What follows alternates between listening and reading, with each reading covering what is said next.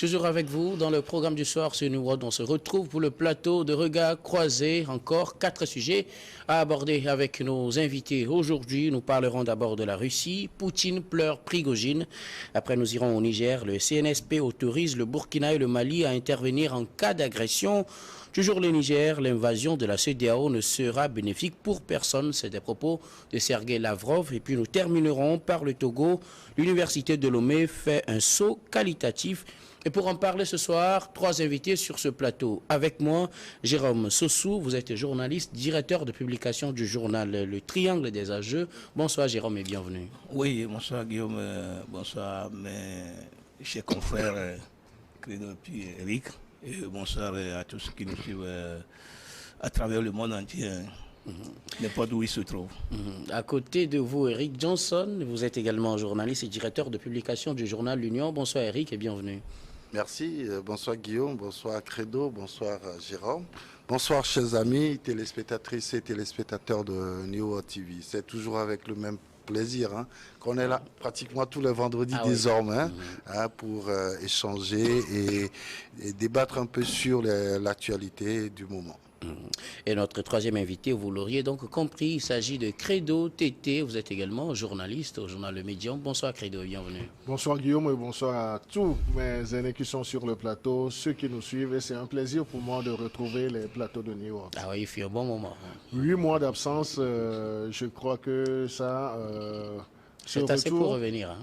C'est assez pour revenir. C'est assez pour revenir et c'est un plaisir de se retrouver sur ce plateau avec cette émission qui nous permet d'apprendre au jour le jour. Et avec vous, nous abordons notre premier sujet, Russie. Poutine pleure Prigojine. Après la mort annoncée du patron de Wagner mercredi dans un crash d'avion en Russie, Vladimir Poutine s'est prononcé ce jeudi dans la soirée sur la question. Il n'a clairement pas confirmé la mort de Prigojine. Il a pourtant parlé de l'homme. Au passé, il a adressé ses condoléances aux familles des victimes et salué le travail du groupe Wagner dans plusieurs pays. Il a affirmé connaître l'homme depuis le début des années 90, le décrivant comme un homme au destin difficile, qui a commis de graves erreurs dans la vie. Nous en parlons avec nos invités. D'abord, quelle lecture faites-vous de ces propos de Vladimir Poutine, pratiquement 24 heures après l'annonce de la mort à la suite d'un crash de Evgeny Prigojine? Je commence par vous, Credo. Oui, donc, je crois que c'est un bel exercice que Poutine a fait et on ne vendrait pas cher la peau de Poutine à faire, même si 24 heures sont passées avant que le président russe fasse cette sortie. Mais cette sortie, moi, je l'ai compris en 3 phases. La première phase, donc, Poutine, en s'exprimant, a toujours, disons, ce sentiment que Prigojine est un traître. Vous vous en souvenez, pour la dernière tentative d'invasion, il n'a pas mis les gants pour le traiter de quelqu'un qui est dans la trahison, mais en rendant hommage, comme nous aimons tellement les morts, en rendant hommage, il a dit que Prigojine est justement quelqu'un à un destin assez compliqué, difficile, assez complexe, assez compliqué, mais également il a reconnu qu'il a un incroyable talent, que c'est un talentueux parce qu'il a eu à développer des affaires, des activités en Afrique qui ont également prospéré. Mais le président russe l'a également qualifié de quelqu'un qui a fait de graves erreurs. Maintenant, qu'est-ce qu'on peut mettre dans graves erreurs? C'est par rapport à leur relation, parce que leur relation, à un certain moment, prospérait, mais vers la fin, c'était des relations assez compliquées. Et si on revisite même le parcours et l'histoire même de Prigojine, donc il faut savoir que c'est quelqu'un qui a su oser. Parce que de vendeur de hot dog, il est devenu ce qu'il est aujourd'hui. Il a été craint, malgré le fait qu'il ait fait plusieurs fois la prison, mais l'homme est craint plus qu'un chef d'État. Donc c'était quelqu'un qui était, disons, en symbiose avec Poutine jusqu'à un certain temps, mais qui n'a pas manqué de lancer ou bien d'adresser un message assez fort à Poutine pour que Poutine ne se prenne pas pour le nombril du monde, qui n'est pas quelqu'un qui ne peut pas être atteint. Donc c'est le sens qu'on peut donner à cette tentative d'invasion, mais il a essayé de démystifier Poutine et son système, mais très tôt. Donc je crois que lui aussi, il a pris des gants. Malheureusement, vous savez, la trahison... on ne pardonne pas la trahison. Donc, d'une certaine façon, on peut prêter des intentions à Poutine, mais aujourd'hui, Prigojine n'est plus là, il le pleure. Tout en le pleurant, il a sorti 3 points essentiels de sa vie, de son histoire. Ce sera votre première lecture de cette situation. Jérôme Sossou, quel regard portez-vous sur cette sortie de Poutine par rapport à la mort présumée pour le moment d'Evgeny Prigojine? Non, on peut croire que c'est un exercice habituel. Quand vous avez votre ami à côté de vous qui a disparu, il faut quand même honorer sa mémoire. Il faut faire un hommage à la mémoire de celui-là. Et c'est ce que Poutine est en train de faire. Et Poutine n'a pas manqué de féliciter, en tout cas, son ami d'hier, Prigojine, en disant qu'il avait beaucoup aidé la Russie dans la guerre ukrainienne. Et puis... opération spéciale, hein. Justement. Et donc, pour moi, la sortie de Poutine ne m'étonne pas. C'est du bon sens de la chose. Et ce qui me dérange un peu actuellement est que les versions diffèrent d'un côté comme de l'autre. Il y a des gens qui disent que Prigojine n'est pas encore mort parce qu'on n'a pas vu son corps quelque part. Quelqu'un disait n'a pas encore authentifié clairement qu'il s'agit de lui. Oui, d'autres disaient que Prigojine, en tout cas, serait caché quelque part en attendant. Peut-être qu'il est en train de tâter le pouls de Poutine et du reste du monde. Dans tous les cas, on attend de voir. Pour l'heure, je crois que faire rendre hommage à la mémoire de Prigojine n'est pas encore quelque chose de mauvaise chose parce que c'est habituel. On est toujours avec son ami lorsqu'il disparaît. Bon, il faut quand même, comme ça se fait en Afrique. Mais dans tous les cas, Prigojine, on ne sait pas s'il est encore mort, s'il est vivant, s'il est caché quelque part, parce que il y a plein de choses qui se disent actuellement sur la toile. On attend de voir ce que ça va donner d'ici au lendemain. En tout cas, la suite nous fera mieux comprendre cette affaire. Mais pour le moment, quelle est votre lecture de cette sortie de Poutine par rapport à la mort supposée de Prigojine? Mort supposée, je crois que c'est déjà acté. Il n'y a pas d'acte officiel. Oui, c'est déjà acté. Si Poutine est sorti pour faire un hommage à son ami, je crois que c'est déjà acté. Alors, moi, cette sortie, pour moi, c'est faire montre de l'hypocrisie que nous vivons dans ce monde et qui est devenu très criarde. La preuve, c'est que Prigojine a voulu faire un coup d'État à Poutine. Et aussitôt après, les analystes, ceux qui étudient véritablement la Russie, ont commencé par dire qu'il sera éliminé, Prigojine. Et donc, aujourd'hui, il y a eu un crash d'avion.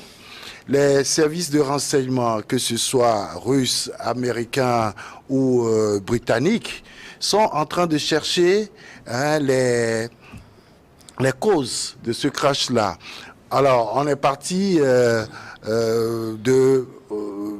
lance de roquettes sur l'avion, de missiles, mais après, on découvre que ce n'est pas du tout cela, et on estime qu'il y a eu une explosion à l'intérieur de l'avion que Prigojine avait pris. Et donc, tous les membres de cet avion sont décédés, et donc là, on ne peut pas avoir un témoin qui pourra véritablement dire ce qu'il en est. Sauf que Poutine a demandé une enquête. Hein, et donc, cette enquête-là sera effectuée par son service de renseignement. Et il faut s'attendre à écouter peut-être d'autres sons de cloche par rapport à ce crash-là. Et justement, parlant de cette enquête, est-ce qu'elle pourra vraiment permettre d'y voir plus clair? Oui, ça va permettre à Poutine de voir plus clair, mais pas au monde entier. Oui, je le dis parce que c'est Poutine qui a diligenté cette enquête et donc on va lui faire un compte rendu fidèle. Par contre, ce qu'on va donner comme information, puisque ce qui se passe là, c'est une guerre de communication. Et donc, ce qu'on va livrer au monde entier, ma foi, ne sera pas véritablement ce qui s'est réellement passé. Mais Poutine aura quand même les vrais résultats de cette enquête-là.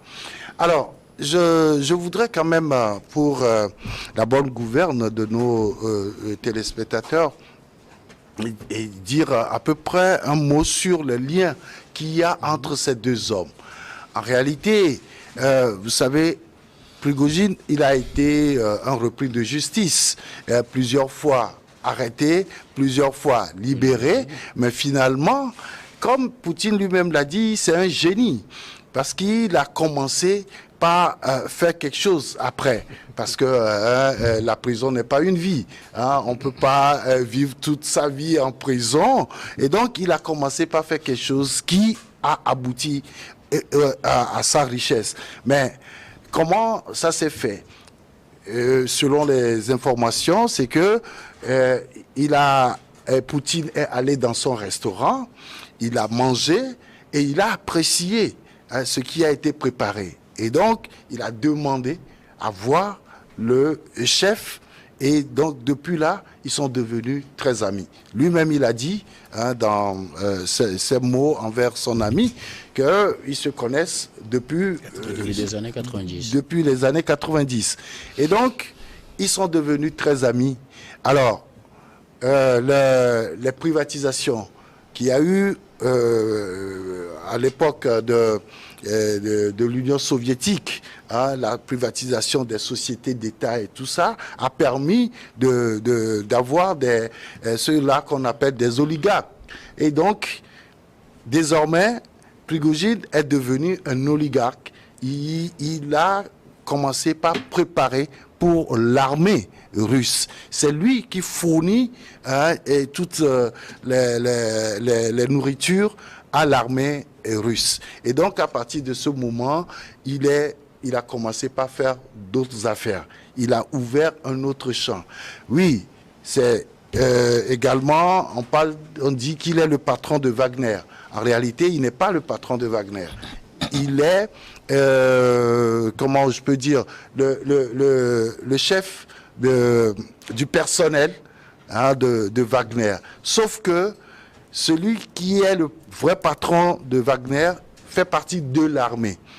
Or, Wagner, c'est en quelque sorte une milice de l'État russe. C'est-à-dire que c'est les renseignements russes, le FSB, qui a créé Wagner. Et donc, il y a un patron, mais Prigojine était le chef du personnel.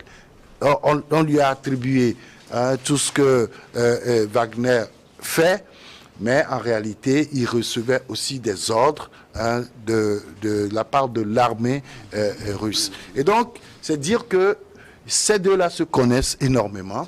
Et jusqu'à ce que Prigojine, avec sa milice, organise ce soi-disant coup d'État contre Poutine, il avait tellement d'informations sur Poutine, ce qui a fait que tout de suite, quand ça s'est passé, on n'a pas pu l'arrêter. Il est même allé chez Poutine après la tentative et ils ont discuté. Il est libre de ses mouvements, mais tout le monde savait qu'il allait mourir très très vite. Tout le monde savait qu'il allait mourir, certains le disaient aussi. Est-ce que juste 2 mois pour lui permettre de peut-être vivre ces derniers instants avant de l'éliminer, parce que les regards aujourd'hui sont pour la plupart tournés vers Poutine, qui serait peut-être pour certains l'auteur de ce crash-là, ou bien celui qui est derrière ce crash, selon vous? Non, mais les gens peuvent faire des supputations, mais on ne peut pas sur ce plateau affirmer que Poutine serait derrière, disons, ce crash d'avion. Mais moi, on peut dire que Prigojine décédé, Poutine soulagé. Parce que, en quelque sorte, ça arrange Poutine. Pas pour autant, hein. Ça l'arrange parce que, à un certain moment, de vrais amis, de bons amis, qui se sont embrouillés, et à la fin, jusqu'à ce que Prigojine ait eu ce culot de secouer un peu Poutine, parce qu'il faut le dire, Poutine ne souffre pas de contradiction jusqu'à prendre les armes pour essayer de le secouer à un moment très important où Poutine défiait même l'OTAN, défiait les Occidentaux, les Américains.